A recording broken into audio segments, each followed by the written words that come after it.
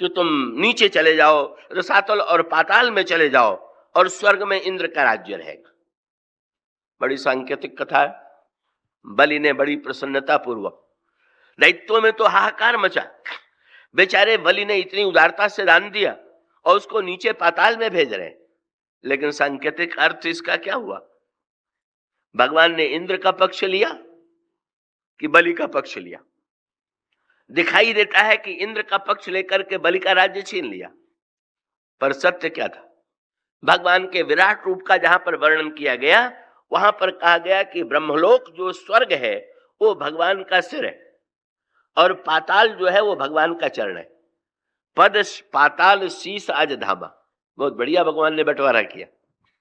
भगवान का अभिप्राय क्या था कि भाई ये दो पदों का बंटवारा, तो स्वर्ग के राजा को इंद्र को अपना पद चाहिए तो मैं इनको स्वर्ग में भेज देता हूं, और अपना पद जो है, जो मेरा पद पाताल है, वो मैं तुम्हें वहां दे देता हूं। मानो लाभ में इंद्र नहीं रहा। इंद्र ने जो पद पाया वो तो पद छिन जाने वाला है, कभी न कभी काल की गति से समाप्त होने वाला है। लेकिन जो ऊपर चढ़ा हुआ है उसके गिरने की संभावना है। जो भगवान के पद में स्थित हो गया वो तो पतन की आशंका से नीचे चरणों में जो स्वयं गिरा हुआ है, अब कहां गिरेगा? उसके गिरने का कहां पर प्रश्न है?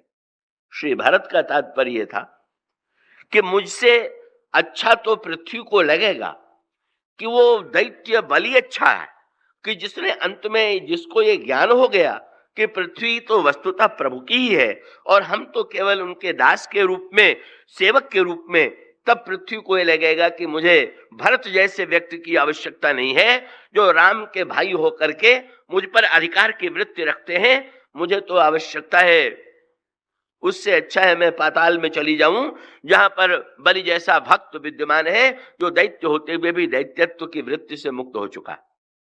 तो वस्तुतः जो हिरण्याक्ष है का वो सारी पृथ्वी का स्वामित्व अपना बना लेता है, यही उसकी वृत्ति है। और पृथ्वी को लपेट करके चटाई बना लेने का अर्थ भी केवल इतना है। और उसी का जो सगा भाई है वो है हिरण्यकशिपु। ये हिरण्यकशिपु का अर्थ क्या है? ये है क्रोध। क्रोध, मैंने अभी आपसे कहा था कि ये द्वैत बुद्धि है और द्वैत बुद्धि का जन्म होता है, क्रोध का जन्म होता है द्वैत बुद्धि से। क्रोध की द्वैत बुद्धि बिनु द्वैत की बिनु अज्ञान, माया बस परिच्छन्न जड़ जीव की समान।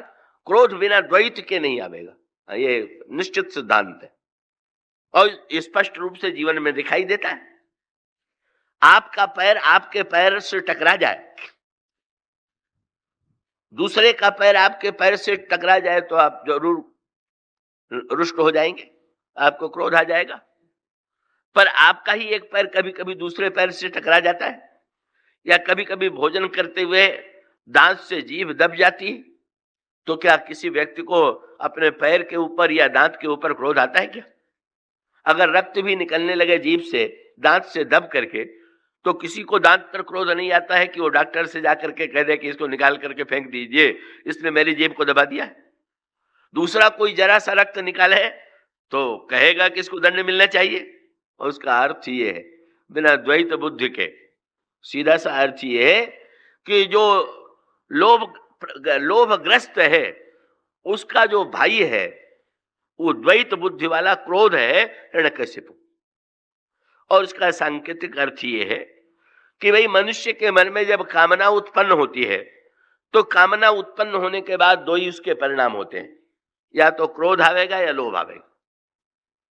आप जीवन में देख लीजिए, अगर कामना की पूर्ति हो जाए तो मनुष्य के मन में लोभ बढ़ेगा, और कामना की पूर्ति में अगर बाधा पड़े तो मनुष्य को क्रोध आवेगा। ये दोनों सगे भाई, हिरण्याक्ष और हिरण्यकशिपु। और ऐसी स्थिति में बाराह के रूप में भगवान अवतार लेकर के पहले हिरण्याक्ष का संहार करते हैं और बाद में हिरण्यकशिपु के रूप में, जो हिरण्यकशिपु है, नृसिंह के रूप में अवतार लेकर के उसका संहार करते हैं। अब उसका अभिप्राय यह है कि अगर हमारे अंतःकरण में लोभ और क्रोध की प्रबल वृत्ति है और हम ये चाहते हैं कि इसका विनाश हो, यही हिरण्याक्ष और हिरण्यकशिपु का विनाश, तो सबसे बढ़िया उपाय यह है कि हम भगवान के नाम का, राम नाम जो है, यही राम नाम जो है बाराह बन जाते हैं, यही राम नाम जो है नृसिंह बन जाते हैं। और उन राम नाम का आश्रय जब व्यक्ति लेता है तो निश्चित रूप से क्रोध और लोभ की वृत्तियों पर व्यक्ति विजय प्राप्त कर लेता है। लेकिन ये राम नाम कैसे लिया जाता है? और हिरण्याक्ष और हिरण्यकश्यपु कितने शक्तिशाली है, और हिरण्याक्ष की अपेक्षा भी हिरण्यकश्यपु में किस प्रकार से भीषण स्थिति है, वही गोस्वामी जी का अभिप्राय यह है। आज के युग में हम लोभ और क्रोध से संत्रस्त हैं, द्वैत बुद्धि और भेद बुद्धि से हमारा अंतःकरण पर व्याप्त है, और आज आवश्यकता है कि हम प्रहलाद बने, और प्रहलाद बन करके राम नाम का आश्रय लेकर के इन दुर्गुणों पर विजय प्राप्त करें। बालक जो प्रभु से यह निवेदन करते हैं कि आपने लक्ष्मण जी को भले ही अपनी दृष्टि से धनुष यज्ञ और यहाँ के नगर के का दर्शन कराया हो, किंतु आप भी तो हम लोगों की दृष्टि से देखिए। और तब गोस्वामी जी लिखते हैं कि पूर्व बालक कही कही मृदु वचना, सादर प्रभु ही दिखावही रचना। भगवान श्री राम जब बालकों की दृष्टि से उस धनुष यज्ञ को देखते हैं, उस मंडप को देखते हैं, नगर को देखते हैं, तो उनकी दृष्टि में एक आश्चर्यचकित करने वाला प्रसन्नता का भाव था, जिसके लिए गोस्वामी जी ने कहा कि लव निमेष महभुवन निकाया, रचई जा स्वनुशासन माया, भगत हेतु सोई दीन दयाला, चितवत चकित धनुष मकसाला। बालक वह जीव है जिसका हृदय सरल है, जो भक्ति भावना से भरपूर है, और जब वह भगवान से निवेदन करते हैं तो उनका तात्पर्य यही है कि ब्रह्म की ईश्वर यदि अपनी दृष्टि से जीवों की समस्याओं पर दृष्टि डालने की चेष्टा करेगा तो उसके वे समस्याएं ही नहीं प्रतीत होंगी। उस अनंत ब्रह्म में, ईश्वर में, जिसके लिए कहा गया कि रोम रोम प्रति लागे, कोटि कोटि ब्रह्मांड, उस अनंत कोटि ब्रह्मांड में भला एक व्यक्ति, और व्यक्ति क्या सारी पृथ्वी की समस्याओं का क्या मूल्य है। और तब प्रभु जब उस दृष्टि से देखेंगे तभी उनके हृदय में करुणा का संचार होगा और जीव की समस्याओं को सुलझाने के लिए प्रस्तुत होंगे। प्रभु नगर रचना को, यज्ञशाला को देखकर प्रसन्न हुए, और जब वे सोचने लगे कि अब मुझे लौटना चाहिए तो बालकों ने याद दिलाया कि भी अपने नगर को पूरा देखा ही कहाँ है। क्यों? क्योंकि अभी आप नगर के बहिरंग दृश्यों को देखते रहे, भीतर क्या है इसे भी तो देखिए। और तब भीतर दिखाने के लिए वे प्रभु को स्नेह से अपने अपने घरों में आमंत्रित करते हैं, और भगवान श्री राम उनके स्नेह भरे आमंत्रण को अस्वीकार नहीं कर सकते। गोस्वामी जी ने कहा, निज निज रुचि सब ले ही बुलाई, सहित स्नेह जाहि दो भाई। सारे नगर में जो बालक साथ में भ्रमण कर रहे थे, वे अपने अपने घरों के अंतराल में, भवन में प्रभु को ले जाते हैं, प्रभु का स्वागत करते हैं, और तब भला समय का वह जिसके लिए संदर्भ में उन्होंने गुरुदेव से कहा था कि मैं तुरंत ले आऊंगा, वो संभव कैसे हो सकता था? समय विस्मृत हो गया। हाँ, जब वे इस स्नेह के आग्रह के पश्चात नगर दर्शन करके लौटते हैं, तब उन्हें स्मरण आता है कि मैंने तो गुरुदेव से तुरंत लौटने के लिए कहा था। और तब वे ऐसे मुद्रा में गुरुदेव के सामने खड़े होते हैं जैसे कोई अपने अपराध की भावना से यह मान करके कि गुरुदेव को दिए गए वचन को मैंने पूरा नहीं किया। जिस मुद्रा में खड़े हैं उसके लिए गोस्वामी जी ने यही लिखा कि जासु त्रास डर कहाँ डर होई, भजन प्रभाव दिखावत सोई।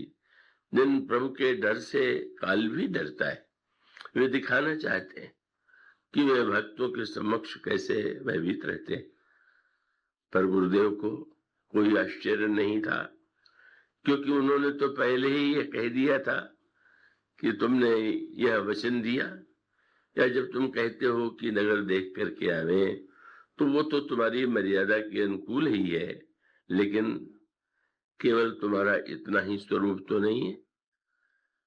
गुरुदेव ने यही कहा था कि तुम कृष्ण राम तुम राखो नीति, धर्म से तू पालक तुम त्राता, पर साथ साथ प्रेम विवश सेवक सुखदाता। प्रेम के वशीभूत होकर के तुम सेवकों को सुख प्रदान करने वाले हो, और इसलिए यह प्रेम की विवशता का उस विलंब में दर्शित होती है जो श्री राम के द्वारा नगर दर्शन में संपन्न हुए। और इसी तरह से पुष्पवाटिका में भी जनक नंदिनी सीता यदि पूजन के लिए आती हैं, और पूजन के ही क्षणों में बाद में श्री राम के सौंदर्य का वर्णन सुनने को मिलता है। श्री राम की उस अनोखी रूप माधुरी को का दर्शन करती हैं, और जब देखा सखियों ने कि वे नेत्र मुदे हुए हैं, तो उनसे अनुरोध करती हैं कि भूप किशोर देख के न लेहु, जरा आंखें खोल करके देखें। तो श्री सीता जी ने देखा, और फिर उस ध्यान में इतनी तन्मय हो गई, उस रूप दर्शन में इतने तदाकार हो गई कि उन्हें समय का भान नहीं रहा। और अब सखियां भयभीत होती हैं कि भयो विलंब मातु भयमानी। और इसका अभिप्राय यही है कि जहां पर प्रेम की उस स्थिति का जीवन में उदय होता है, उस समय काल विस्मृत हो जाता है। इसलिए काल की यह विस्मृति जो है, यह बताने के लिए है किस कालातीत विश्व में भगवान का अवतरण, भगवान की लीला हमें काल से भले ही सर्वदा के लिए नहीं, पर उन क्षणों के लिए दूर कर देती है जब हम उस भाव में तदाकार होते हैं। लंका कांड में वहां पर उस काल के क्रम में यही संकेत मिलता है। ये लक्ष्मण जी के प्राण की रक्षा के लिए सूर्योदय से पहले औषधि आना चाहिए। काल का ही प्रतीक सूर्य भी है, और वहां भी संकेत यही था, यही तात्पर्य था। रावण ने जब ये देखा कि हनुमान जी औषधि लेने के लिए जा रहे हैं, तब वह कालनेमी के घर पर आता है। अनोखा नाम है, कालनेमी का अभिप्राय है काल चक्र। और तब ऐसी स्थिति में रावण कहता है कि तुम जाकर के उस बंदर के मार्ग को रोको, किंतु उसने यह कह करके असमर्थता बताई कि मैं उनका मार्ग रोकने में सक्षम नहीं हूं। रावण ने कहा तुम कालनेमी हो। उसने यही कहा कि मैं नाम का कालनेमी हूं, पर जो वहां जा रहा है वह तो काल व्याल कर भक्षक सोई। पर रावण जब इतने पर भी संतुष्ट नहीं होता, मरने के लिए प्रस्तुत होता है, तो फिर उसने यही सोचा कि रामदूत कर मरऊँ यह खलरत मलभार, श्री राम के दूत के हाथ से मरना कल्याणकारी। उसका तात्पर्य यह है कि रावण के हाथ से मृत्यु दंड है, अनर्थकारी है, किंतु भगवान का जो दंड है, भगवान जब वध करते हैं तो वध के लिए नहीं होता है, वह भी वस्तुतः कृपा का ही एक रूप है।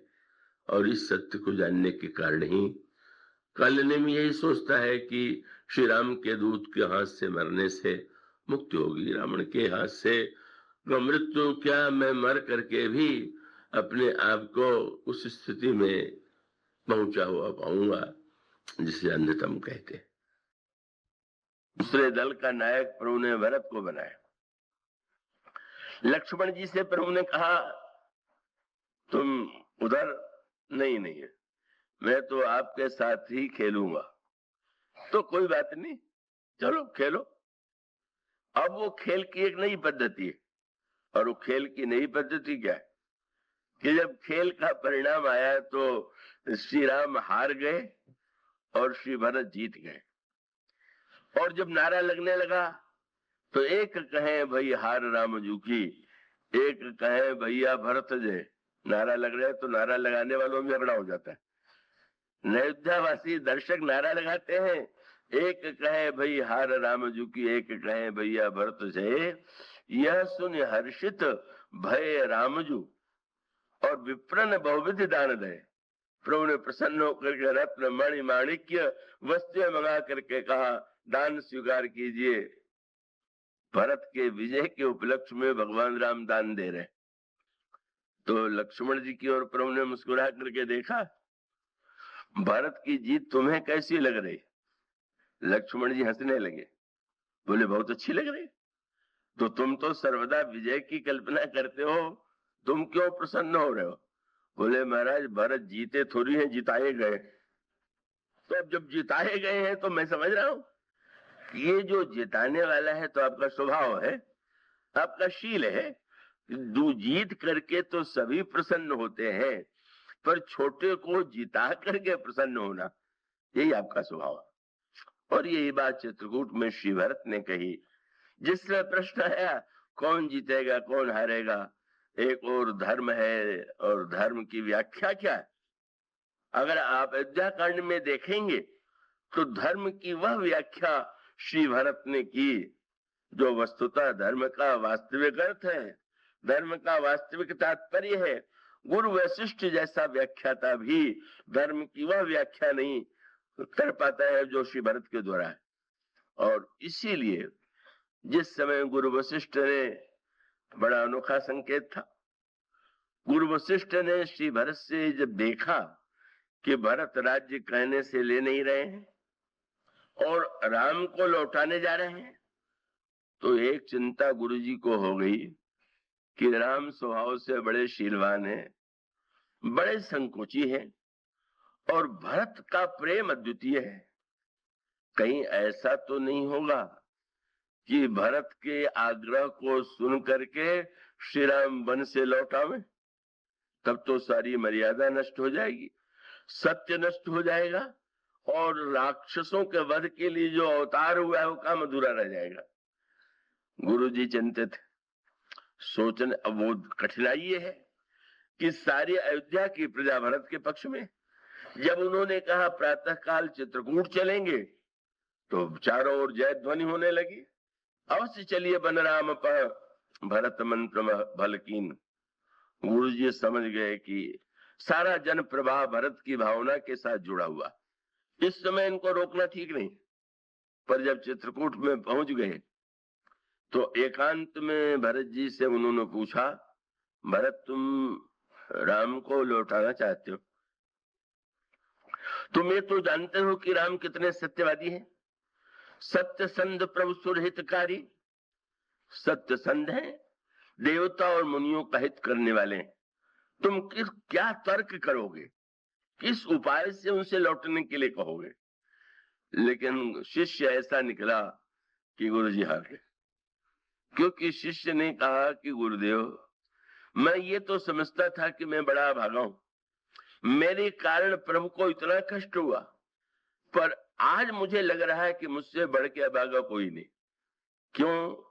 बोले गुरुदेव, आज तक सूर्यवंश में जिसके सामने, सूर्यवंश के व्यक्ति के सामने समस्या आई का उसने उपाय आपसे पूछा और आपने बताया।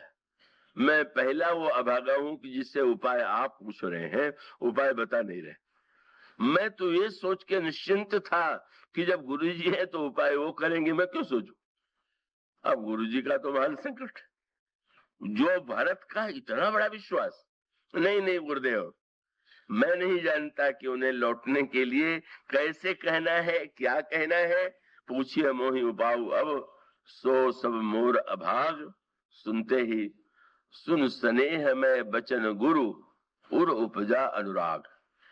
विवेकी वशिष्ठ के हृदय में अनुराग का उदय हुआ और श्री राम के सामने वही दुविधा उनकी प्रकट हो गई। जब भगवान श्री राम ने पूछा क्या आपकी आज्ञा है, तो अब डर गए कि वैसे ही भरत के प्रेम से लौट जाते, अब कहीं मेरी आज्ञा समझ के न लौट जाए। तो आपने चेतावनी भी दे दिया। क्या ऐसे तो मैं यही कहूंगा कि मोरे जान भरत रुचि राखी, जो कीजिए सो शुभ शिव साखी। मेरे समझ से तो भरत की रुचि रखना बहुत अच्छा, तो ये आज्ञा है।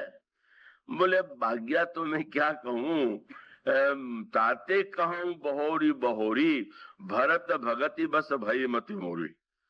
कहते भी जा रहे हैं, वो मेरी बुद्धि तो स्वतंत्र है नहीं, जो ये कहला रहे हैं वही तो कह रहा हूं। अदालत में कहीं कोई गवाही देते समय कह दे कि जितनी गवाही सब इनके दबाव में दे रहा हूं, तो कितनी भी बढ़िया गवाही हो कहेंगे दबाव में दे रहा है तो किस काम। जब ये कहा तो उस समय प्रभु ने भरत से कहा, गुरु जी कह रहे हैं कि आप भरत से पूछ लीजिए क्या चाहते हो। उसमें भरत जी ने श्री राम का जीवन दर्शन बताया, और वो जीवन दर्शन यही था कि गुरुदेव ने ये कहा, और ब्रह्म के रूप में आप अजित हैं, परमेश्वर हैं, आपको कोई नहीं हरा सकता। लेकिन मैं जानू निज नाथ सुभाऊ, अपराधियों पर कोहन काऊ। शिशुपन ते परिहरुन संगु, कबहु न कीन्ह मोर मन भंगु। मैं प्रभु कृपा रीति जिय जो ही, हारेउ खेल जितावहि मोहि। मैं तो लड़कपन से एक ही बात देखता रहा कि प्रभु मुझे जिताते रहे, और सचमुच वही हुआ कि भगवान श्री राम ने कह दिया कि मैंने तो निर्णय कर लिया है कि भरत कहे सो किए भलाई। फिर जिता दिया, भरत को जिता दिया। कहा नहीं भरत कोई बात नहीं, पिताजी बड़े सत्यनिष्ठ, बड़े मर्यादा में, सब कुछ है, पर मैंने निर्णय कर लिया है कि तुम जो कुछ कहोगे मैं करूंगा। लेकिन नया धर्म और नया अर्थ, नई विजय की व्याख्या क्या थी? भगवान श्री राम हार स्वीकार करने को तैयार है, लेकिन धन्य है श्री भरत। वाल्मीकि जी कहते हैं श्री राम ने कहा कि मैं नहीं लौटूंगा, तुम अनशन करके प्राण दे दो तो भी नहीं लौटूंगा, और भरत जी अनशन करने पर बैठ गए।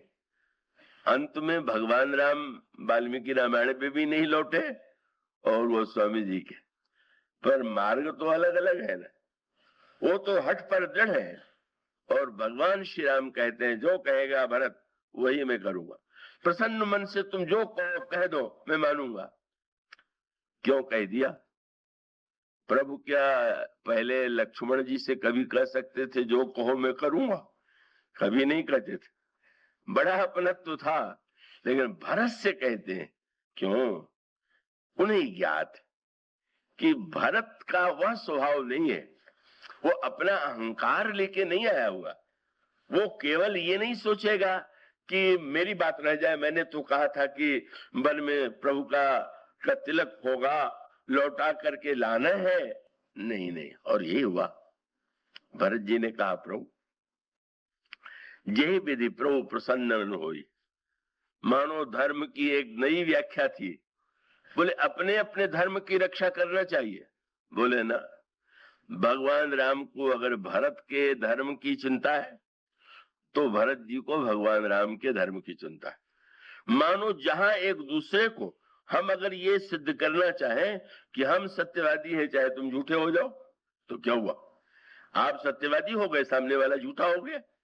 पर यहाँ का आनंद यही है कि दोनों, भगवान राम कहते हैं जो भरत कहेंगे वही मैं करूंगा, और श्री भरत ने कहा कि नहीं प्रभु, आपकी मर्यादा और सत्य को मिटा करके भरत अपने मैं की रक्षा करे, आपको संकोच में डाले। देवता तो इतने घबराए हुए थे भरत के आगमन के समय से ही कि सब बंटाढार कर देंगे, श्री राम संकोची हैं, ये कह देंगे वो लौट जाएंगे। और जब भगवान राम ने कह दिया कि तुम जो कहोगे वही करूंगा, तो देवता तो बेहोश होने लगे। अब गया, जब कहेंगे लौट जाएंगे। लेकिन जब श्री भरत ने प्रभु से लौटने के लिए नहीं कहा, कौन जीता? जब जो संवाद समाप्त हुआ तो नारा लगने लगा। नारा किसके पक्ष में लगा? तो देवताओं ने बहुत सोच करके भाषा चुनी, बोले धन्य भरत, धन्य है भरत जी महाराज। और फिर जय राम गोसाई, धन्य है श्री भरत और जय है श्री राम की। क्या संकेत? मर्यादा बच गई, धर्म बच गया, लोक कल्याण के लिए श्री राम वन में रह गए। विजय तो राम की हुई, लेकिन धन्य है भरत जिन्होंने जिता दिया। लड़कपन से प्रभु जिताते रहे, आज प्रभु को श्री भरत ने जिता दिया। नहीं नहीं प्रभु, मानो जहां पर विजय का वह अर्थ कि दूसरे को पराजित के, दूसरे को दुखी करके, अगर उस तरह से हम सुख पाते हैं तो कितना क्षणिक होता है, उस तरह से हम सफलता प्राप्त करते हैं तो कितना क्षणिक होता है। राम राज्य है मानो जहां सबकी जय है, पराजय किसी की नहीं। इसीलिए जब रामायण का युद्ध समाप्त हुआ और इंद्र ने पूछा कि क्या सेवा करें, तो प्रभु ने यही कहा कि ये युद्ध में लड़ करके जो मारे गए हैं उनको अमृत डाल करके जीवन दान दो। और आकाश से इंद्र ने जब अमृत की वर्षा की तो जितने बंदर थे वो सब जीवित हो गए। राक्षस भी, उनकी भी लाश पड़ी हुई थी, वो तो जीवित नहीं हुए। तो पार्वती जी ने कहा बहुत अच्छा हुआ, बुरे लोग मरे, अमृत से नहीं जीवित हुए, और भले लोग जो के तो जीवित हो गए। तो पार्वती जी ने कहा यहाँ का गणित दूसरा है क्या?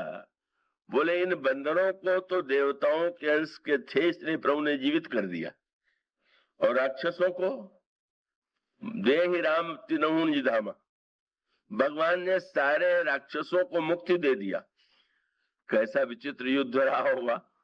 बंदरों को का जीवन दान तो मिला, पर मुक्ति दान तो राक्षसों को मिला। इसीलिए व्यंग में कभी कभी कहा जाता है कि भाई इनके यहाँ भक्ति करने में तो आनंद ही आनंद है, क्योंकि खींचे पे मुक्ति दई और रीझे देनी लंक, तो अंधाधुंध दरबार है तुलसी भजो निसंग। जो दोनों तरह से प्रसन्न हो तो भी दे और दिखाई दे कि खींच गए हैं, पर दंड में भी कितना बड़ा पुरस्कार दे दिया। किसी ने कहा महाराज ये कौन सा गणित है, ये मुक्ति कैसे मिल गई? तो भगवान ने कहा भाई भक्ति तो भावना प्रधान है। तो ये लोग तो भक्ति के 5 भाव माने जाते हैं, दास्य, सख्य, वात्सल्य, श्रृंगार और शांत। तो प्रभु से पूछा गया कि ये बैर, ये जो राक्षस हैं, आपके दास्य भाव नहीं, सख्य वो भी नहीं, वात्सल्य वो भी नहीं, श्रृंगार नहीं, शांत नहीं, तो 5 ही तो भाव होते। इन राक्षसों को मुक्ति क्यों दिए? बोले बैर भाव सुमेरे मुनि निश्चल, बैर भावना से मेरा स्मरण करते हैं। आश्चर्य हुआ, सारे शास्त्रों में ढूंढा गया पर बैर भाव नाम का कोई भाव नहीं मिला।